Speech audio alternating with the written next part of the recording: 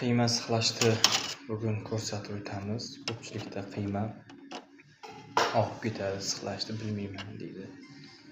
Unda xohlagan go'shtni mana qiymani o'tkazilganda o'lchab olinadi. Misol kimdir 100 gram, kimdir 120, kimdir 80, mana bizga 150 gram qiymani mana shunaqa dumaloq qilib o'lchangan bir xil mana six bu. Sixda biz tiqamiz mana shunaqa tarzda barmoqni bir bo'g'inini qo'llaymiz. Keyin qo'limizda bunday kafti bilan bunday qilib olamiz. Ko'p suvlash kerak emas, qiyma bo'lmasa suvi ko'payib ketadi. Mana boshlanishi mana shunday qilib mana aylantirib eshib olamiz. Ya'ni ko'ryapsizmi shaklini? Mana o'zingizga aylantirib mana. Kimdir chapaqay, kimdir o'ngay, men o'zim chap qo'llaymiz qiyma. Keyin bu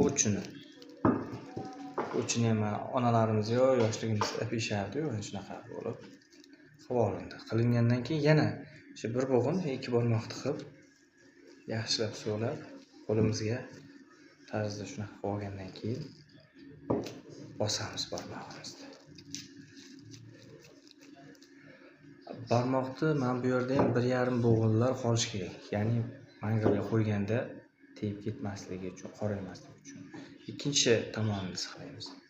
Mana barmog'imiz har birini bunday qilganimizda mana ikkita barmog'imiz bir-biriga mana teng kelishi kerak. Mana qolib o'zi. Sixni to'g'ri ishlab. Chunki mangalda to'g'ri turadi-da bu. Mana shunaqa tarzda qo'yiladi mana. Mangalga qo'yganingizda ham aylanib ketmaydi mana shunday. Qiyshiq turmasligi bu yog'i, bu yog'i. Mana shunaqa tarzda sixlanadi. Ko'rishlaringiz mumkin. Yana bittasini sixlab ko'rsataman. Go'shtni olamiz. Uchini nima uchun tiqmayapman? Chunki iz bo'lib qoladi, mangalda turganda o'sha joyi ketmay qolishi mumkin. Shuning uchun shunaqa. Eshib oldik bu tomonda. Endi bu uchini tayyor. Endi barmoqni bosamiz mana. Barmoqni ham mana ko'ryapsiz mana.